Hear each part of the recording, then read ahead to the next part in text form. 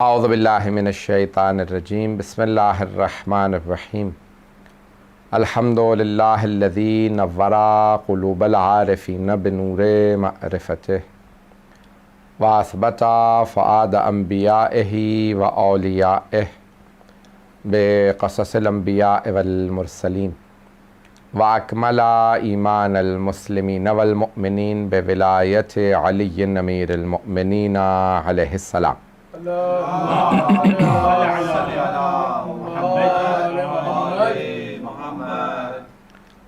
والصلاة والسلام والتحیۃ والاکرام علی افضل الموجودات العبد المؤید والرسول المسدد المصطفى الامجد المحمود الاحمد اعنی ابا القاسم محمد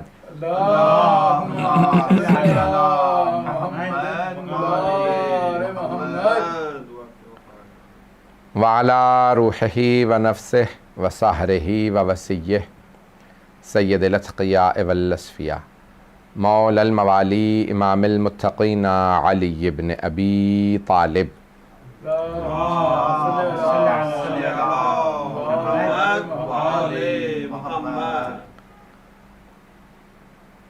وعلى اوصیائه لا سیما بقیت اللہ فی الارضین روحی و ارواح العالمین لتراب مقدمہ الفدا واللعنۃ الدائمۃ علی اعدائہم اجمعین من الآن الی قیام یوم الدین اما بعد فقد قال اللہ الحکیم فی کتابہ الکریم بسم اللہ الرحمن الرحیم ادعونی استجب لکم صدق اللہ العلی العظیم صلوات اللهم صل على محمد وآل محمد۔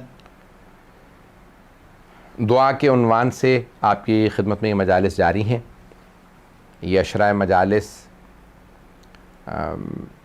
آپ کے اس ایسٹ لندن کے امام بارگاہوں نے اس کا اہتمام کیا ہے، Sakina trust, امامیہ mission asset London اور MCE۔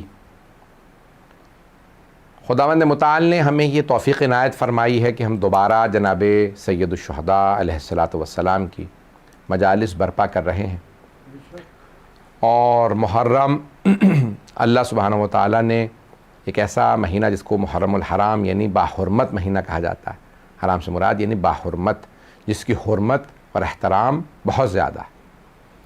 4 باحرمت مہینے ہیں جن میں اسلام سے پہلے غیر مسلموں نے، مشرکین نے قانون بنایا تھا کہ کیونکہ عربوں میں آپس میں لڑائیاں، جھگڑے، جنگیں بہت ہوتی تھیں، چھوٹی چھوٹی بات پہ نسلوں میں کچھ تو کچھ تار چلتا رہتا تھا اور ایک دوسرے کو قتل کرتے تھے۔ تو انہوں نے خود ہی فیصلہ کیا کہ ہم سال میں 4 مہینے جنگ نہیں کیا کریں گے، اور وہ 4 مہینے ایسے ہونے چاہیے کہ 3 مہینے ایک ساتھ ہوں، 1 مہینہ الگ ہو۔ انہوں نے بھی 3 اور 1 کو الگ رکھا ہے، تو 3 مہینے جو ہیں ایک ساتھ اور 1 مہینہ الگ۔ وہ جو 3 مہینے انہوں نے ایک ساتھ رکھے تھے وہ تھے ذیقعد، ذی الحج اور محرم۔ محرم الحرام، ذی القعدۃ الحرام، ذی الحجۃ الحرام، یہ 3 مہینے ساتھ ہیں، اور 1 الگ ہے، وہ ہے رجب المرجب۔ تو یہ 4 مہینے جس میں وہ انہوں نے فیصلہ کیا ہم جنگ نہیں کریں گے۔ اسلام نے آنے کے بعد اسی قانون پہ امضا کر دیے اور کہا یہ قانون صحیح ہے، اس قانون کو ایسا ہی رکھا جائے کہ سال میں 4 مہینے جنگ نہ ہو۔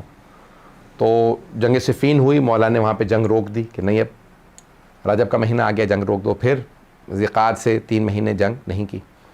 تو اسلام سے پہلے کا قانون تھا کہ محرم میں جنگ نہیں ہوگی، اور یزید کو اسلام کا تو پاس تھا ہی نہیں، اسلام سے پہلے کا عربوں کے قانون کا بھی پاس نہیں تھا، اس نے محرم پہ حسین ابن علی کا خون بہایا۔ تو آپ دیکھ سکتے ہیں کہ اگر کوئی کہے کہ نہیں وہ عرب تھا، نہیں، اسے کسی قانون کا پاس نہیں تھا، نہ الہی قانون کا پاس تھا، نہ ہی دنیاوی قانون کا۔ میرے بہت سے برادران جو ہے ایک جملہ کہہ دیتے ہیں، کیونکہ ہمارے بہت سے مومنین نے یہاں پہ موضوعات بھی دی ہیں، ایک جملہ کہہ دیتے ہیں کہ کربلا کی جنگ جو ہے وہ امامت کی جنگ تھی یا ولایت کی جنگ تھی۔ ولایت کی ایک حد تک کہہ سکتے ہیں، لیکن امامت کی جنگ نہیں کہا جا سکتا۔ کہتے ہیں امامت کی یعنی اہل بیت علیہ السلام کی اور ان کے دشمنوں کی جنگ تھی. نہیں، ایسی بات نہیں ہے.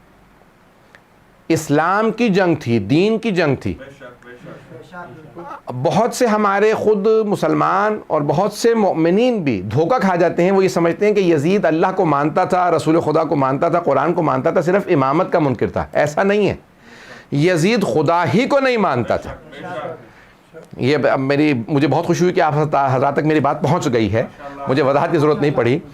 یہ مت کہا کیجئے کہ نہیں یزید خدا کو مانتا تھا، رسول کو مانتا تھا، قرآن کو مانتا تھا، امامت کا منکر تھا. ارے ممکن ہی نہیں ہے کہ کوئی اللہ کو مانے اور حسین کا خون بہا دے.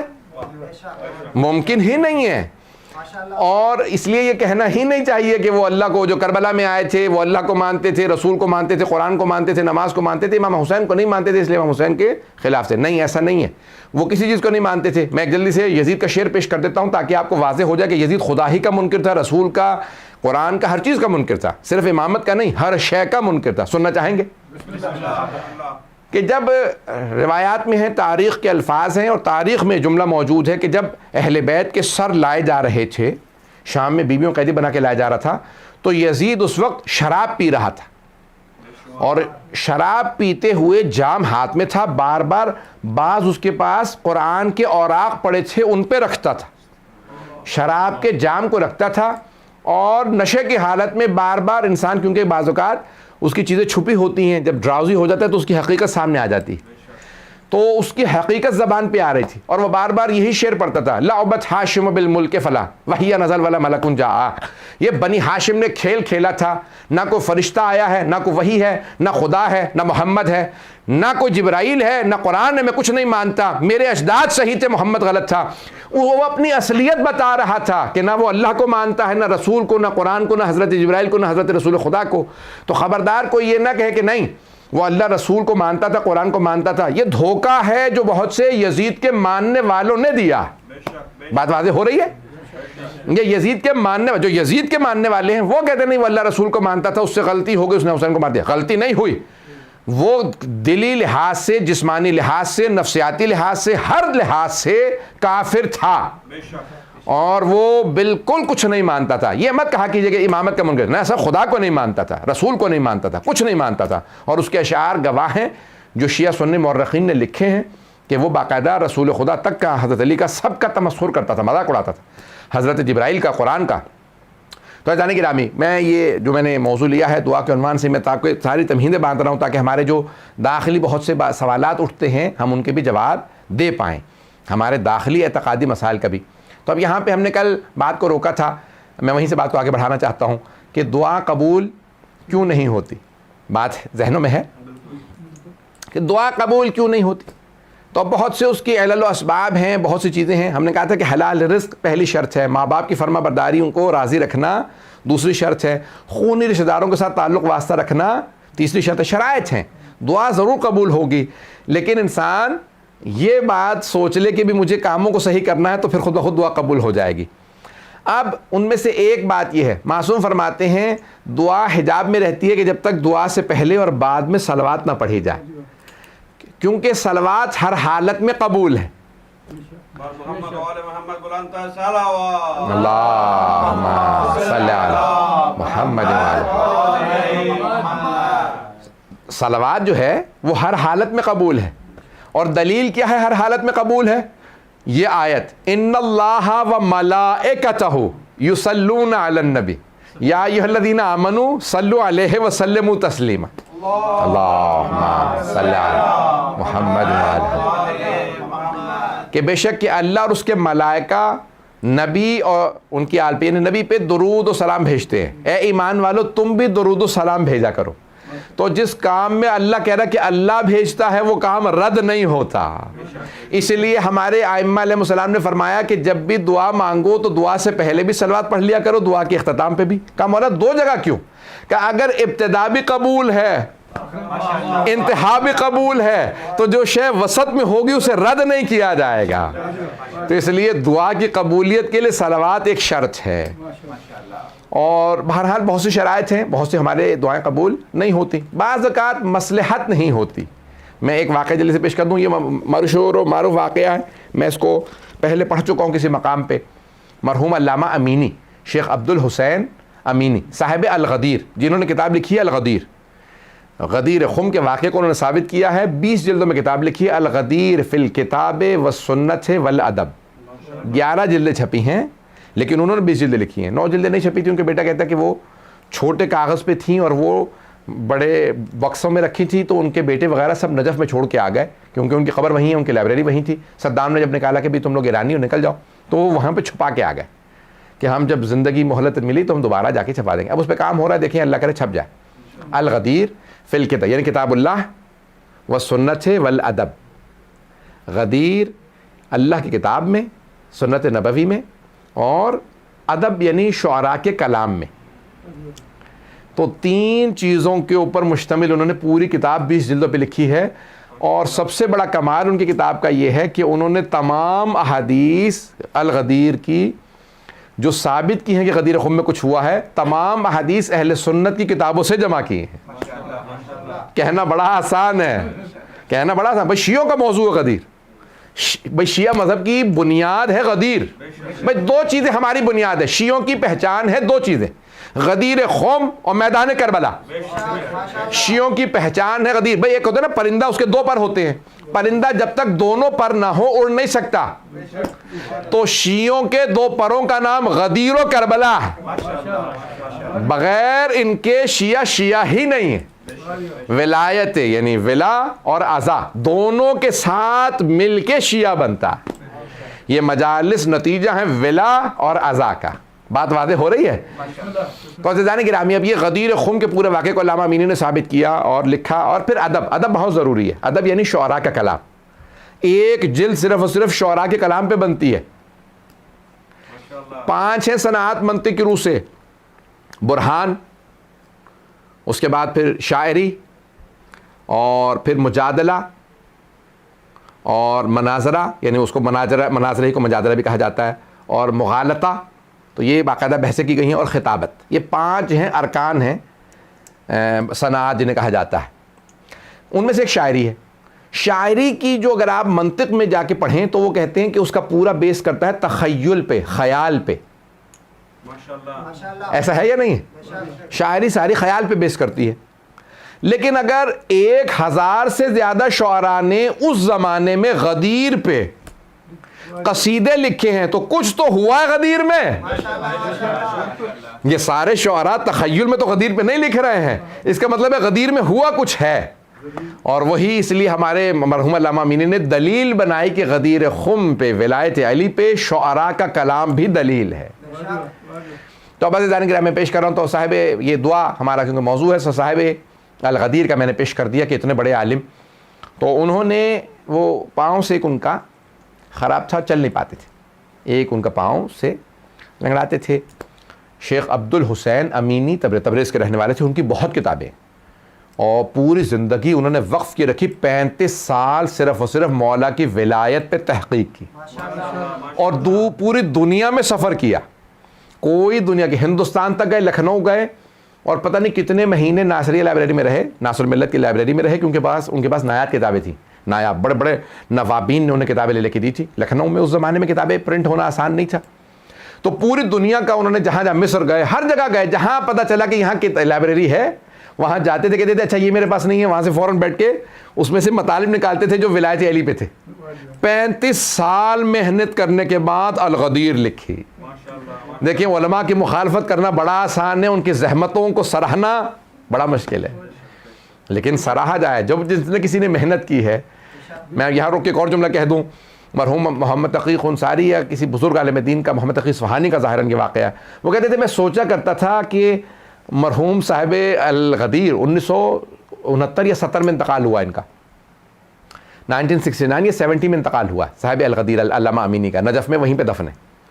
میں ان کی قبر پہ گیا تھا فاتحہ کے لیے، تو بہرحال بہت پہنچے ہوئے، تو کہتے تھے میں سوچا کرتا تھا کہ بھئی ان کو کیا مقام ملے گا جنت میں، تو کہنے لگے میں سوچا کرتا تھا، لیکن ایک مرتبہ میں نے خواب دیکھا، اور خواب میں دیکھتا ہوں کہ جناب امیر حوض کوثر پہ کھڑے رسول خدا کے ساتھ، اور بڑے بڑے علماء، جید علماء کھڑے ہیں کہ ہمیں سیراب کر دیں، حوض کوثر سے پانی پلا دیں، کہ اتنے میں خود میں نے دیکھا کہ علامہ امینی آ رہے ہیں اور امیر المؤمنین نے مولا کائنات نے خود آواز دے کے کہا کہ راستہ بناؤ عبد الحسین امینی آ رہا ہے. پتہ نہیں لوگ ہیں یا نہیں ہیں. علماء سے کہا راستہ بناؤ عبد الحسین امینی آ رہا. تو جیسے قریب آئے تو مولا نے کہا کہ تو نے دنیا میں مجھے روح سفید کیا تھا کہ تو نے ہر جگہ، لوگ کہتے تھے نہیں علی کی ولایت نہیں ہے، علی کا حق نہیں بنتا تھا، کہا تو نے دنیا میں روح سفید کیا، ہر جگہ میری ولایت کا دفاع کیا، آخرت میں تجھے روح سفید کروں گا. کہا تیرے چہرے پہ میں پانی ڈالوں گا، تو نے دنیا کے اندر ہر جگہ میری ولایت کا دفاع کیا، جہاں تو کھڑا ہو جاتا تھا کہتا تھا میں علی والا ہوں، روک کے دکھاؤ.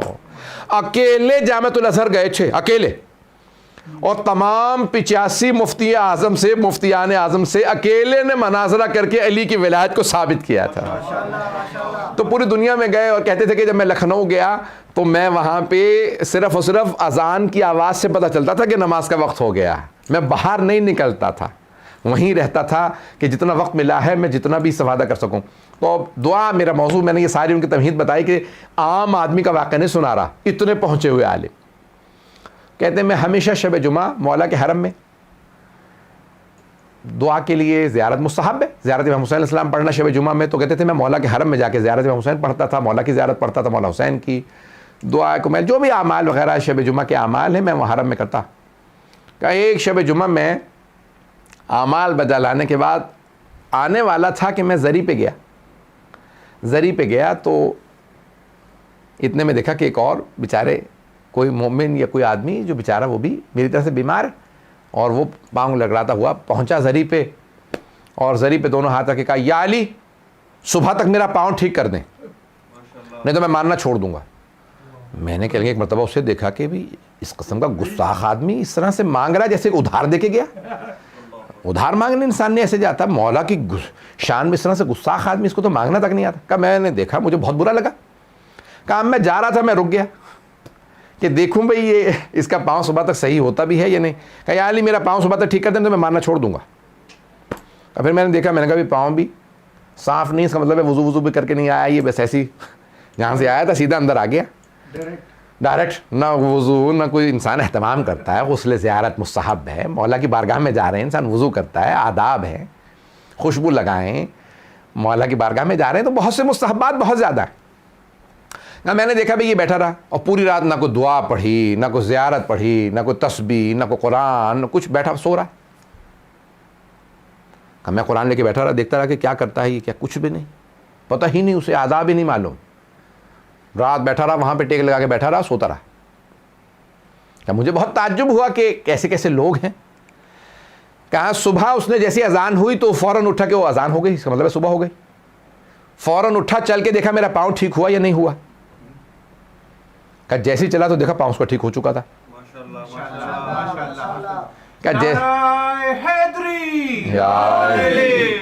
کہ اس نے خود بھی چل کے دیکھا میرا پاؤں ٹھیک ہوا یا نہیں، تو اس کو دیکھا پاؤں ٹھیک ہو چکا تھا. کہا زری بھی آیا ہاتھ لگا، کہا یا علی شکریہ میرا پاؤں ٹھیک ہو گیا. کہا چلا گیا. کہا وہ تو چلا گیا، میرا دل ٹوٹ گیا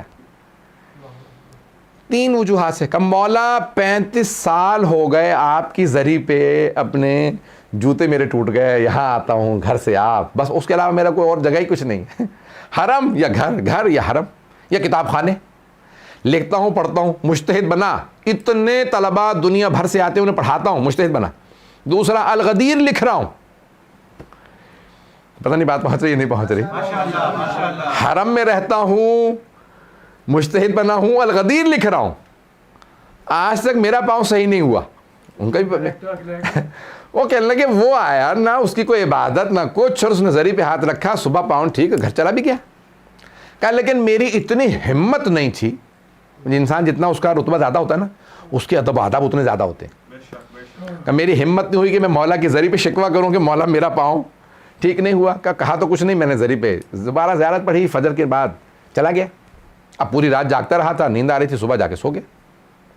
آپ کا دل ایک بات کھٹکنے لگی، بھائی کیوں میری اب تک دعا قبول نہیں. کہا میں نے جیسے میں سویا تو خواب میں دیکھا جناب امیر تشریف لائے. تو مولا کائنات آئے اور کہا عبد الحسین امینی کیا بات ہے، یعنی خواب میں بھی پوچھ رہے ہیں کہ کیا بات ہے، یعنی دل میں کوئی بات تو نہیں ہے. تو کہا کہ نہیں مولا کوئی بات نہیں. کہا خواب میں بھی میری جرت نہیں ہو رہی کہ میں مولا سے شکوہ کر سکوں. کہ میرے دل میں شکوہ تو ہے مولا میرا پاؤں ٹھیک نہیں ہو رہا. کہا اے عبد الحسین امینی, اس نے مجھے چیلنج کیا تھا صبح تک پاؤں ٹھیک کر دے مارنا چھوڑ دوں گا. کہا اس بیچارے کا اتنا ہی ایمان تھا, اگر پاؤں ٹھیک نہ ہوتا تو اس کا ایمان چلا جاتا. پتہ نہیں بات پہنچی یا نہیں پہنچی. کہ اس بیچارے کا ایمان اتنا ہی تھا, اگر پاؤں اس کا ٹھیک نہ ہوتا وہ کہتا یا علی میرا پاؤں ٹھیک نہیں, میں کیوں مانوں آپ کو, تو میں نے اس کا پاؤں اسی لیے ٹھیک کر دیا. اب آپ بہت سے ہمارے شیعہ اکثر کہتے ہیں مولانا ہمارے محلے کے اکثر اہل سنت آتے ہیں منتیں اٹھاتے ہیں, ان سب کی منتیں پوری ہو جاتی ہیں, ہماری منتیں وہیں کی وہیں. او بھائی وہ جتنے بھی آتے ہیں وہ آتے ہی صرف منتوں کے لیے ہیں. پتہ نہیں لوگ ہیں یا نہیں ہیں. میں جملہ پیش کروں گا, غور سے سنیے گا, مجھے سارے مجمع کی توجہ چاہیے. یہ دعا موضوع ہے, میں ابتدائی مجالس ہے, مجھے آج یہ ایک موضوع اس کو گہرائی میں لے کے جانا ہے تو اس لیے پیش کر رہا ہوں. تو اب علامہ امینی کہتے ہیں کہ مولا نے خواب میں مجھ سے کہا کہ اے عبد الحسین امینی, اس کا ایمان بس اتنا ہی تھا, اس نے مجھ سے کہا میرا پاؤں ٹھیک کر دے مارنا چھوڑ دوں گا. اے عبد الحسین امینی, پہلی بات جہاں تک تمہارے اجتہاد کا تعلق ہے تو اس کا ثواب بہت زیادہ آخرت میں ملے گا. جہاں تک تمہارے پاؤں کا تعلق ہے, اگر تمہیں پتہ چل جائے کہ اس بیماری یا پریشانی کا آخرت میں بدل کیا ہے, تم کبھی بھی صحت کی دعا ہی نہ مانگو. اور تیسرے, اگر تم مجھ سے کہہ بھی دو نا کہ یا علی میں ماننا چھوڑ دوں گا میرا پاؤں ٹھیک کر دیں, تب بھی ٹھیک نہیں کروں گا. اور جہاں تک الغدیر کا تعلق ہے تو میرا حق ہے کہ تم لکھو. پتہ نہیں لوگ پہنچے یا نہیں پہنچے. میرا حق ہے, میں نے تمہیں اتنا دیا, اتنا عطا کیا, میری ولایت تمہارے پاس ہے. پتہ نہیں لوگ ہیں یا نہیں ہیں. تم اتنے قابل ہو, اوروں میں صلاحیت ہی نہیں کہ میری ولایت کا دفاع کر سکیں. ہر ایک میں تو صلاحیت نہیں کہ الغدیر لکھ سکے, تم میں صلاحیت ہے, میرا حق ہے کہ تم لکھو. اگر آپ میں سے کوئی کہتا ہے میں نے امام مرگا بنا دیا, تو کئی پہ مولا کہیں گے میرا حق تھا کہ تو بناتا. پتہ نہیں بات پہنچی یا نہیں پہنچی. بھائی ہر کسی میں تو دم ہی نہیں ہے, جس میں ہے تو مولا کہیں گے میرا ذکر ہوتا, یہ تم نے کیا کوئی احسان نہیں, ہاں میں جزا دوں گا, ہاں میں اجر دوں گا, یہ اوروں کو نہیں ملے گا, تمہیں ہی تو ملے گا, اور کسے ملے گا. پتہ نہیں بات پہنچ رہی ہے نہیں پہنچ رہی. تو جو بھی اگر کوئی نیکی کرتا ہے تو کہتے بھائی دیکھو جو تم لکھ رہے ہو الغدیر میرا حق ہے تو تم لکھو. جہاں تک پاؤں کا تعلق ہے نا, تم کہہ بھی دو نا کہ مولا میرا پاؤں ٹھیک کر دیں تو ماننا چھوڑ, تب بھی ٹھیک نہیں کروں گا. جانتے ہو کیوں؟ کا مولا آپ ہی بہتر جانتے ہیں. کہ اس لیے کہ وہ تو چھوڑ کے چلا جاتا, تم اگر کہو گے بھی نا کہ یا علی ماننا چھوڑ دوں گا میرا پاؤں ٹھیک کر دے, تب بھی نہیں ٹھیک کروں گا, کیونکہ مجھے پتا ہے تم جاؤ گے تو جاؤ گے کہاں. صبح ناراض ہو کے جاؤ گے, شام کو آ کے پھر میرے ذریعے پہ رو گے مولا معاف کر دیجئے. پتہ نہیں لوگ پہنچ رہے نہیں پہنچ رہے. اب سمجھ میں آیا یہ اوروں کی کیوں منتیں اٹھ کے پوری ہو جاتی ہیں, آپ کی کیوں پوری نہیں ہوتی. کیونکہ مولا جانتے ہیں یہ جائیں گے تو جائیں گے کہاں, یہ میرے ہیں. تو عزیزان گرامی, اس لیے بہت سی باریکیاں ہوتی ہیں ہمیں سمجھ نہیں آ رہی ہوتی, تو ان باریکیوں کو سمجھنا بہت ضروری ہے. کئی مرتبہ مصلحت نہیں ہوتی, آپ کے لیے اجر و ثواب آخرت میں رکھا ہوتا ہے. ان تمام دعاؤں کے اندر کوئی نہ کوئی قبولیت نہ ہونے میں بھی کوئی مصلحت ہوتی ہے.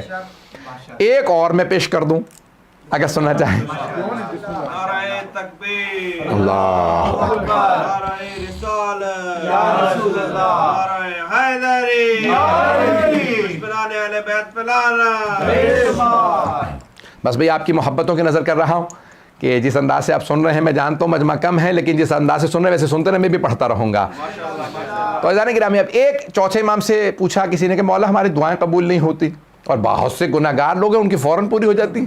ہم مجلسوں میں بھی مثال کے طور پہ آگے آگے بہت سے لوگ ہیں, مولانا میں تو ہر مجلس میں بھی آتا ہوں, میں ہر میلاد میں بھی آتا ہوں, نماز بھی نہیں چھوڑتا, اس کے باوجود میری تو دعائیں قبول نہیں ہو رہی ہیں. تو میں نے ان کو یہ سنایا, میں نے کہا چوتھے امام سے کسی نے کہا مولا میں تو بہت کوشش کرتا ہوں گناہ بھی نہ کروں, نیکیاں بھی کرتا ہوں, اور کئی گناہ گار ایسی شکلیں دیکھتا ہوں کہ بہت گناہ گار ہیں, ان کی دعائیں قبول ہو جاتی ہیں. تو مولا نے کہا کئی مانگنے والے ایسے ہوتے ہیں جن کی آواز اللہ کو پسند نہیں ہوتی, تو اللہ فرشتوں سے کہتا ہے اسے فوراً دے دو, دوبارہ نہ مانگے. پتہ نہیں لوگ ہیں یا نہیں ہیں. کئی ایسے مانگنے والے ہوتے ہیں اللہ ان کی دعا دوبارہ سننا نہیں چاہتا, کہ اس کی آج ہی دے دو, دوبارہ نہ مانگے. اور کسی کا مانگنا اللہ کو اتنا پسند ہوتا ہے, کہتا ہے فرشتوں گواہ رہنا, اس کو نہیں دے رہا تاکہ مانگتا رہے, مجھے اس کا مانگنا بہت پسند ہے. تو کوئی اتنی محبت سے مانگتے ہیں, اتنی عقیدت سے مانگتے ہیں کہ اللہ اللہ کو اور معصومین کو ان کا مانگنا بڑا پسند ہوتا ہے، تو اس انداز سے مانگیے کہ اس سے آپ کا مانگنا پسند آئے. بات پہنچ رہی ہے؟ تو اس لیے بڑی عقیدت سے مانگنا، یہاں تک کہ انسان مانگے تو ٹوٹے ہوئے دل سے. میں نے بہت سے لوگوں کو دیکھا کہ بڑے رو رو کے دعا مانگتے ہیں، ان کو دیکھتے ہوئے انسان کو ہوتا ہے کہ واقعی یہ دعا ہے، جو ہم کرتے ہیں وہ دعا نہیں ہے، یہ دعا ہے. اتنا میں نے دیکھا ہے. بعض لوگوں کی دعا میں اثر ہوتا ہے کہ آنسو یہاں پہ دعا شروع کرتے ہیں اور ان کے آنسو بہنے لگتے ہیں.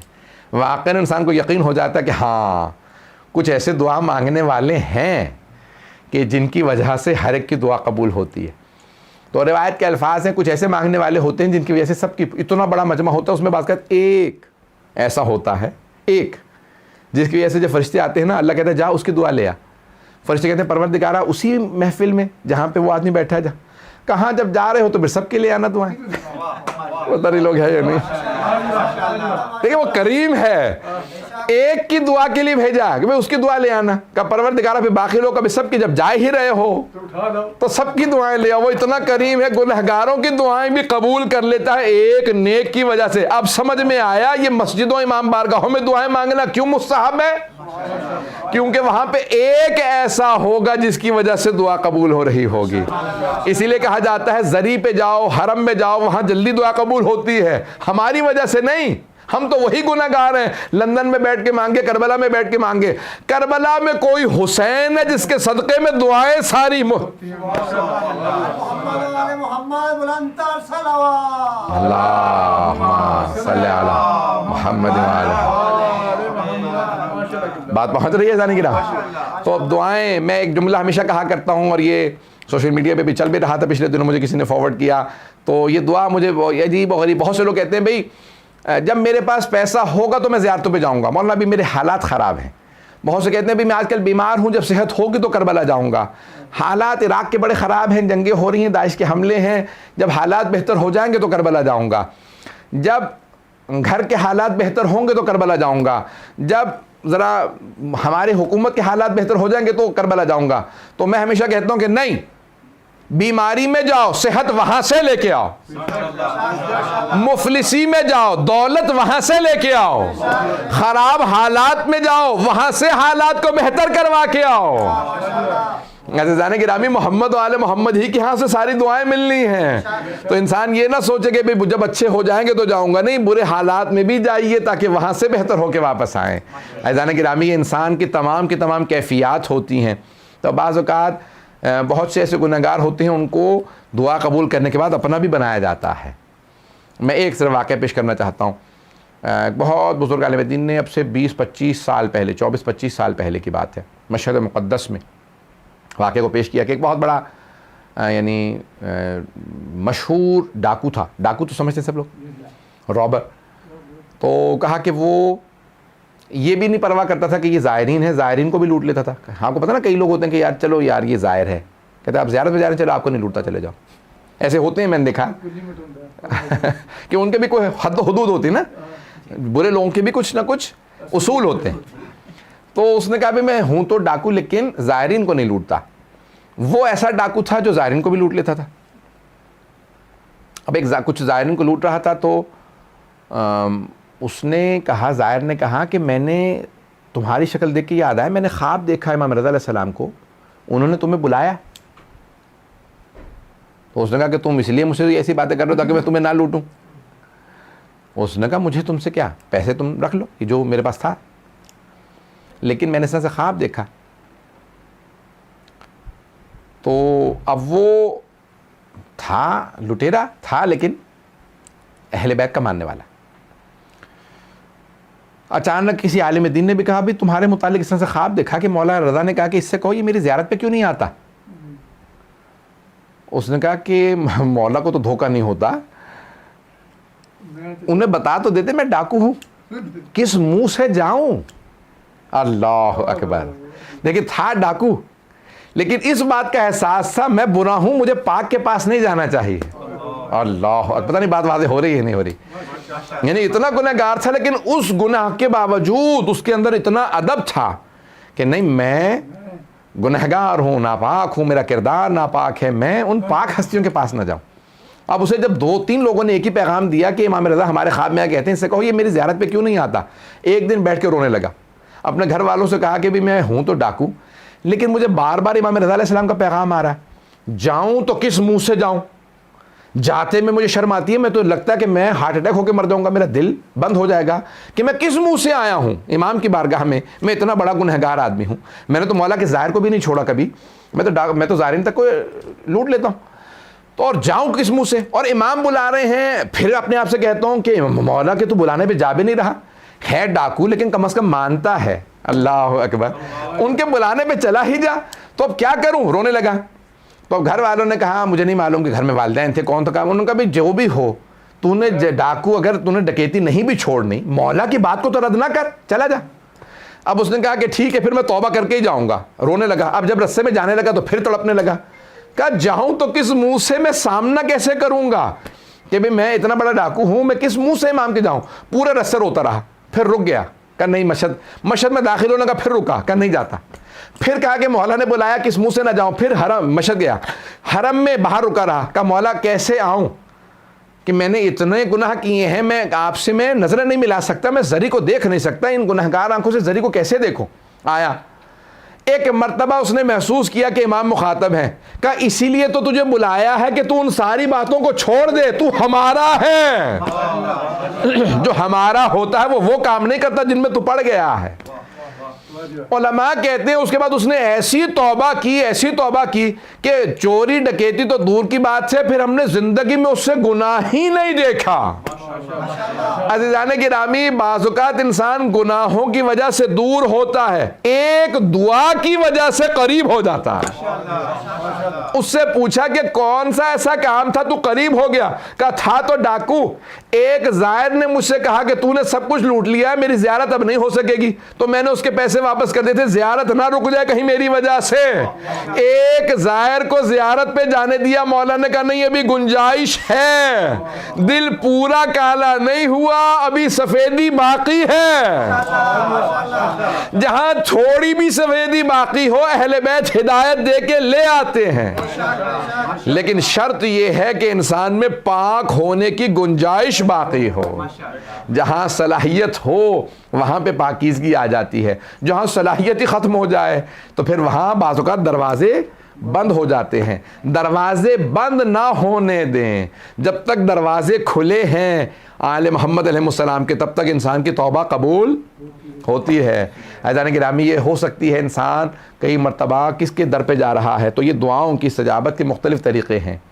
تو میں نے کہا کہ بہت سے لوگوں کی دعائیں قبول نہیں ہوتی، لیکن بہت سے گناہگاروں کی دعائیں قبول ہو جاتی ہیں۔ میں 4 سے 5 منٹ کی زحمت دوں گا، اس کے بعد پھر مسائل۔ نعرہ تکبیر، اللہ اکبر، نعرہ رسالت، یا رسول اللہ، نعرہ حیدری، یا علی، بلند تر صلوات، اللہم صلی علی محمد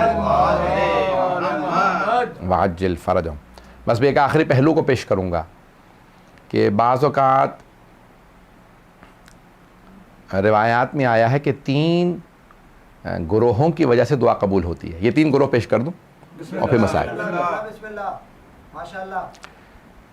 بھئی آپ لوگوں نے بہت محبت سے سنا اس لیے پیش کر رہا ہوں۔ 3 گروہوں دستوں کی وجہ سے دعا قبول ہوتی ہے۔ روایت کے الفاظ ہیں کہ اللہ سبحانہ و تعالیٰ کہتا ہے کہ جب میں لوگوں کے گناہوں کو دیکھتا ہوں نا تو دل کرتا ہے میں عذاب بھیج دوں۔ میں اپنے انداز سے پیش کر رہا ہوں، لوگوں کے گناہوں کو دیکھ کے اللہ کہتا ہے میں چاہتا کہ میں عذاب بھیج دوں، لیکن جب میں 3 گروہوں کو دیکھتا ہوں تو میں سارے عذاب ٹال دیتا ہوں۔ 3 گروہوں کو، کون کون سے 3 گروہ؟ کہا جب میں ماؤں کی گودوں میں چھوٹے چھوٹے بچوں کو دیکھتا ہوں کہ یہ بچہ، اس بچے کا کیا قصور ہے، معصوم بچے، بے گناہ بچے۔ کہا جب میں چھوٹے چھوٹے بچوں کو ماؤں کی گود میں دیکھتا ہوں۔ اب کیا کہتے ہیں علماء؟ جب دعا مانگنے بیٹھو، اگر گھر میں چھوٹا بچہ ہے تو گود میں لے لو، اور اگر بچے تھوڑا تھوڑا بولنا سیکھ چکے ہوں تو کہو بیٹا میں دعا مانگوں گا تم آمین کہہ دینا۔ بچوں سے، اپنے ہی بچوں سے جو نابالغ بچے ہیں ان سے آمین کہلوائیں، ان کی دعائیں قبول ہوتی ہیں۔ یہ بہت عجیب و غریب پہلو ہے، میں جب سوچتا ہوں یقین مانیے انسان کی تقویت ہوتی ہے۔ نابالغ بچے سے کہو آمین کہہ دے، اس غیر بالغ بچے کی ایک آمین دعا قبول کروا دیتی ہے۔ کہا دوسرا، کہا کہ وہ جو بوڑھے افراد ہوتے ہیں نا، جن کی ہڈیاں کمزور ہو چکی ہوتی ہیں، بال سفید ہو چکے ہوتے ہیں، جب انہیں دیکھتا ہوں تو کہتا ہوں گنہگار تھے، اب تو کمزور ہیں، میرے ہی تو ہیں، میری مخلوق ہیں۔ کہ جب انہیں دیکھتا ہوں، گھر میں کہتے ہیں اگر ایک ماں باپ میں سے بوڑھا بھی ہو نا تو خدا کا شکر کرتے رہو، تمہیں معلوم نہیں ہے جو کچھ نہیں کر سکتے اب کچھ نہیں کر سکتے، ان بوڑھے والدین کی وجہ سے گھروں میں رحمتیں آتی رہتی ہیں، ان کی وجہ سے رحمتیں آتی رہتی ہیں، ان کے گھر میں بوڑھے آدمی ہیں۔ اور یہاں تک روایت میں الشیخ فی اہلہ کالنبی فی امتہ، ایک بوڑھا آدمی اپنے گھر میں ایسا ہے جیسے ایک نبی اپنی امت میں۔ کتنی بڑی حدیث ہے یہ، من لا یحضر الفقیہ میں شیخ صدوق نے لکھی ہے الشیخ فی اہلہ کالنبی فی امتہ، ایک بوڑھا آدمی اپنے اہل خانہ میں ایسا ہے جیسا ایک نبی اپنی امت میں۔ بس میں نے تمام کیا۔ اور تیسرا دستہ کون ہے؟ کہا 3 دستے جن کی سے میں دعائیں قبول کرتا ہوں، چھوٹے بچے، بوڑھے افراد، اور کہا زمین پہ بیٹھے ہوئے ہاتھ پھیلائے ہوئے میرے بندے جو دعائیں مانگ رہے ہوتے ہیں، یہ ارے میری زمین پہ بیٹھے ہاتھ پھیلا کے دعائیں مانگ رہے ہیں۔ کہا جب میرے بندے میرے سامنے مانگتے ہیں نا تو میں کہتا ہوں ارے انہوں نے مجھ سے مانگا ہے۔ اللہ اکبر۔ آپ نے غور کیا؟ آپ کسی سخی کے پاس چلے جائیں نا تو کہتا ہے کیونکہ آپ آ گئے ہیں تو منع نہیں کروں گا، ایسا ہے یا نہیں ہے؟ سخی کے پاس بھی چلے جائیں، کہتے ہیں اب آپ آ گئے ہیں منع نہیں کروں گا۔ اور وہ جو سخاوتیں عطا کرتا ہے، وہ جو عطا کرنے والا ہے، وہ جو سخی بنانے والا ہے، وہ جو جود و سخا عطا کرنے والا ہے، اگر کوئی اس کی بارگاہ میں مانگے لے، کیا وہ جو ہاتھ پھیلائے لوگ بیٹھے ہوتے ہیں، جب انہیں دیکھتا ہوں تو کہتا ہوں کہ نہیں، عذاب نہیں بھیجوں گا، یہ مانگنے والے بھی تو بیٹھے ہیں۔ میں انشاءاللہ کل پیش کروں گا کہ دعاؤں کی، یہ جو ائمہ علیہ السلام کی بعض دعاؤں کے اندر الفاظ ہیں اس کے کیا اثرات ہیں۔ تو اہل بیت علیہ السلام کی بہت سی دعائیں، میں نے کل جہاں مصائب کو روکا تھا وہیں سے جاری رکھوں گا، کہ جناب سید الشہداء نے جناب عباس علیہ السلام سے کہا عباس یہ فہرست ہے، سب کو بتا دیں کون کون کربلا ساتھ جائے گا۔ سب تیار ہو گئے۔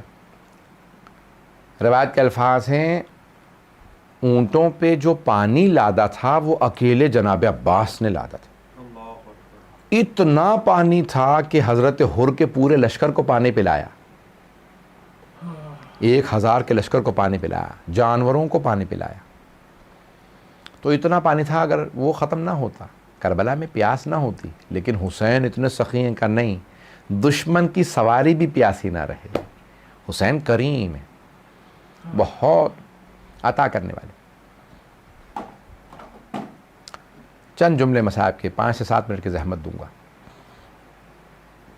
جناب سید الشہداء علیہ السلام نے جناب عباس علیہ السلام سے کہا کہ ان جوانوں کو بتا دیا؟ ہاں بتا دیا۔ سب کو بتا دیا؟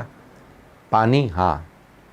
بس اب ہمارے سفر کا دن ہے 28 رجب، ہم 28 رجب کو نانا کے شہر مدینہ کو چھوڑ کے چلے جائیں گے۔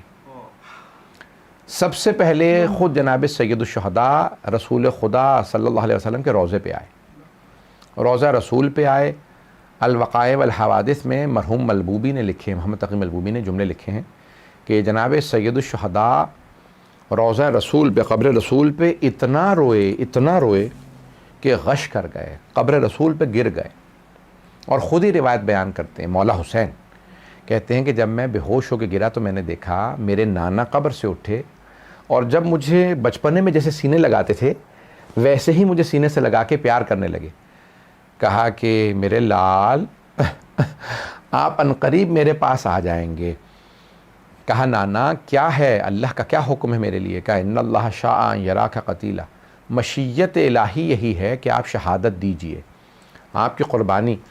کہا نانا میری بہنوں کے متعلق کیا حکم ہے؟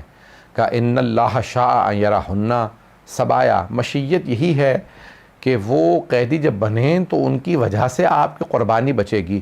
کہا بس نانا ٹھیک ہے جیسا آپ کا فرمان۔ اٹھے، نانا سے وداع کیا، ماں کی قبر پہ آئے، اور آپ جانتے ہیں نا جیسے ایک بچہ ماں سے لپٹ کے روتا ہے، جناب سید الشہداء قبر جناب سیدہ سے لپٹے اور بلند آواز سے رونے لگے، اماں میں کربلا جا رہا ہوں، اماں میں کربلا جا رہا ہوں۔ میرا دل کہتا ہے جناب سیدہ نے کہا ہوگا میرے لال آپ تنہا نہیں جا رہے، میں آپ کے ساتھ کربلا آؤں گی۔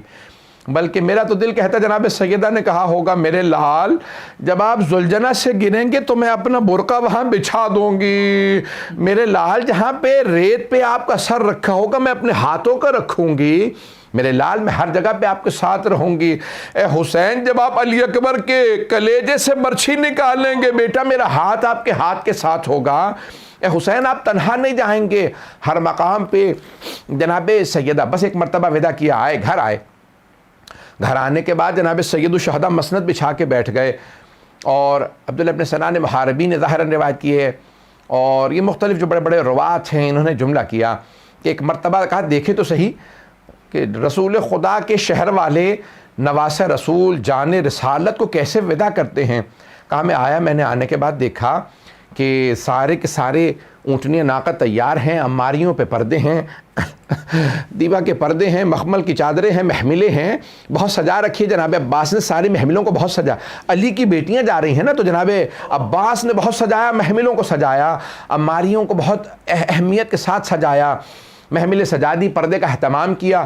ایک مرتبہ اندر سے آواز آئی، کسی کنیز نے آواز دے کے کہا کہ بھئی حسن مجتبیٰ کی بیوہ آ رہی ہیں۔ جناب سید الشہداء نے آواز قاسم عبداللہ ماں کو سوار کراؤ۔ ایک نے گھٹنا، کیونکہ اونٹنی بٹھا کے بھی سوار کی جائے تو خاتون کے لیے سوار ہونا آسان نہیں ہوتا، ایک بیٹے نے گھٹنا زمین پہ رکھا تاکہ ماں وہاں پہ پاؤں رکھ کے سوار ہو سکیں، دوسرے نے ماں کا بازو تھاما کہیں گر نہ جائیں، سوار کرا دیا۔ اتنے میں آواز دی، بس سب بیویوں کو ایک ایک کر کے سوار کراتے چلے جا رہے ہیں۔ اتنے میں کسی نے آواز دی، کہا کہ لیلا آ رہی ہیں، تو جناب سید الشہداء نے آواز دی علی اکبر ماں کو سوار کرا دو، ایک مرتبہ ماں کو سوار کرا دو۔ بس بھئی بیویاں آتی رہیں، ایک مرتبہ کسی کنیز نے آواز دے کے کہا علی کی بیٹی ام کلثوم آ رہی ہیں۔